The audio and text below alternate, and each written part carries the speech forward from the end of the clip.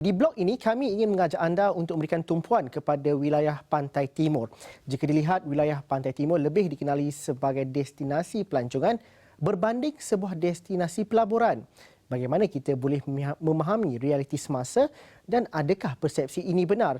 Untuk itu kita bersama kita langsung melalui Skype sekarang ialah pengurus besar bahagian pengurusan pelabur Majlis Pembangunan Wilayah Ekonomi Pantai Timur ECERDC, Saudara Saiful Bahri Samlan. Saudara Saiful, mungkin boleh ceritakan sedikit tentang inisiatif-inisiatif Majlis Ekonomi Wilayah Pantai Timur untuk menarik pelabur domestik dan juga luar negara untuk melabur di Pantai Timur. Apa offering ataupun kelebihan yang ditawarkan pada ketika ini?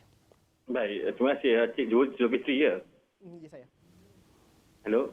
Cik Ya, teruskan Cik Saiful. Baik, ya betul. Sekarang ni kebanyakan orang dia mengetahui bahasa Pantai Timur ini sebagai destinasi pelancongan. Tapi sebenarnya peningkatan pelaburan dalam sektor-sektor lain telah meningkat ya, especially dalam 10 tahun yang lalu. Dan ciri-ciri untuk menarik pelaburan pada wilayah Pantai Timur ini terdiri daripada infrastruktur. Infrastruktur seperti jalan raya besar dan pelabuhan maritime. Akan datang juga adalah lagi pengembangan lebuh raya seperti lebuh raya Pantai Timur Fasa 3 dan ECRL ya, laluan kereta api daripada Port Klang sehinggalah kepada Kota Baru. Itu adalah infrastruktur. Lagi satu adalah infrastruktur dalam bentuk taman industri. Dan ECRDC sendiri telah membina taman-taman industri dan ini dalam bentuk 4 tema ya, untuk perbuatan petrokimia, otomotif dan produk-produk halal. Dan terakhir sekali dan juga amat mustahak adalah package insentif fiskal oleh kerajaan dalam bentuk pengecualian cukai ya, pengecualian cukai dan juga program-program untuk membina sumber insan modal insan. Jadi inilah ciri-ciri utama yang telah menarik pelabur-pelabur kepada wilayah ini. Dan juga lagi satu, daripada aspek alam semula jadi, Malaysia ni sebagai Cik Zul tahu, memang tiada bencana alam yang serius ya, seperti gempa bumi ataupun tsunami. Dan itulah lagi satu ciri yang selalunya pelabur kata adalah bagus untuk Malaysia dan juga Pantai Timur. Dan saya difahamkan di bawah Plan Induk ECR 2.0 antara matlamatnya ialah untuk capai 70 bilion pelaburan baru ke Pantai Timur. Adakah ECRDC masih lagi fokus dengan matlamat ini memandangkan sekarang ini kalau kita faham ekonomi dunia terjejas teruk dengan pandemik COVID-19 dan dijangka akan mengambil masa untuk pulih. Bagaimana matlamat ini, adakah ianya diubah sesuai ataupun masih lagi kekal dengan target 70 bilion itu? Okey, sebelum itu saya nak cerita sikit ya. Ada plan induk pertama asal kami, sasaran pelaburan komited ya, daripada 2008 sehingga 2020 adalah 110 bilion ringgit kumulatif. Tapi sasaran ini telah dicapai pada tahun 2017.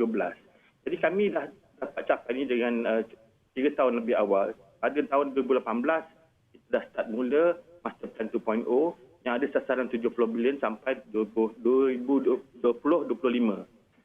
Betul, kesan pasca COVID-19 ini negatif untuk seluruh dunia. Tapi buat masa ini terlalu awal untuk kami untuk mengadjustkan sasaran itu dan dengan Master Plan 2.0 dan juga strategi untuk pasca COVID-19, kami we are still going to stick to the 70 billion target lah ya. Dan kami rasa bolehlah capai dengan usaha yang lebih banyak daripada hari ini sampai ke akhir 2025.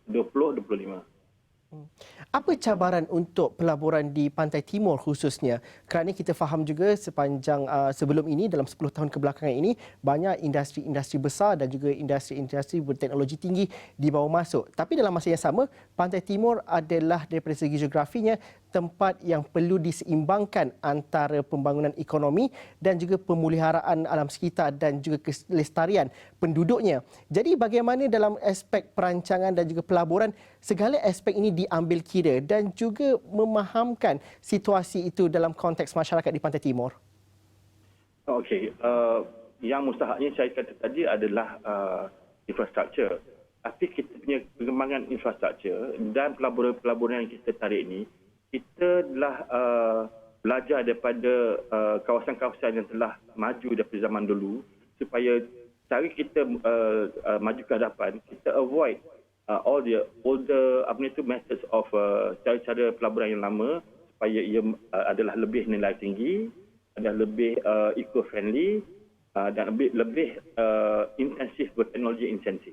Jadi saya nak cakap sikit ni, untuk pasca COVID-19 ni kita ada letakkan 3 penjuru, strategi 3 penjuru.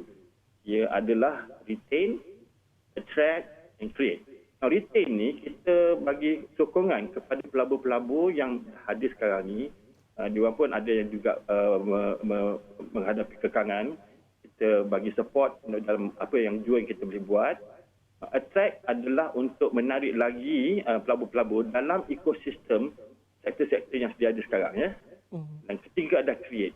Okey, dengan COVID-19 ni ada lagi peluang yang kita dah terbuka kepada kluster-kluster sektor yang sebelum ni bukan laris tapi sekarang ni lebih laris. Terutamanya saya bagi example seperti devices, personal protection gear, ya. Dan juga kita nak tengok supaya especially dalam sektor petrokimia, ya, boleh membuatkan bahan-bahan mentah untuk produk-produk seperti medical devices, seperti respirator, mask, baju-baju yang protektif ni, supaya kita cantumkan ekosistem lama dengan ekosistem baru. Jadi ingat, ya, retain, attract dan create. Mungkin kita dapat fahami dalam konteks masyarakat secara keseluruhannya, daripada segi sumber manusia juga, wilayah Pantai Timur juga menyediakan pasaran modal insan yang cukup, yang saya rasa memiliki kapasiti yang cukup untuk memacu pertumbuhan kemajuan ekonomi di sana dalam masa 5 atau 10 tahun lagi. Jadi apa perkara yang boleh diberikan jaminan kepada masyarakat di Pantai Timur khususnya dengan pertumbuhan kemajuan ekonomi dan juga dalam masa sama memberikan peluang-peluang pekerjaan khususnya. Bagaimana itu dapat disediakan atau pemikiran itu ada untuk jangka masa terdekat ini? Okey, secara lazimnya bila ada projek baru, pelaburan baru, terbukalah peluang kerja, kan.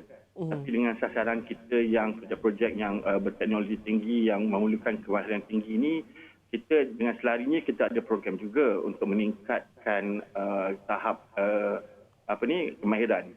Kita sekarang ni ada bantuan, ya, kepada pelabur-pelabur supaya bila dia masukkan pekerja baru, ya, especially fresh graduate ke unemployed graduate-nya, kita bagi bantuan dan masa dia bawa ke pekerja baru tu, dia ada dalam 3 bulan atau sampai 6 bulan untuk latihan supaya kemahirannya menemui keperluan mereka. Jadi dalam masa 3-6 bulannya, ECRDC akan memberi bantuan sebagai subsidi gaji, sehinggalah pekerja-pekerja itu dapat tahap kemahiran yang optimum.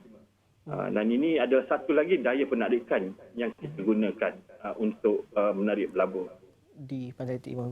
Terima kasih. COVID-19 juga, kita juga adalah pemudah cara insentif kerajaan seperti prihatin dan penjana. Itu antara lain perkara yang mungkin kita dapat telusuri dan juga lihat di masa akan datang. Terima kasih saudara Saiful Bahari Samlan, merupakan pengurus besar bahagian pengurusan pelabur Majlis Pembangunan Wilayah Ekonomi Pantai Timur, ECDC.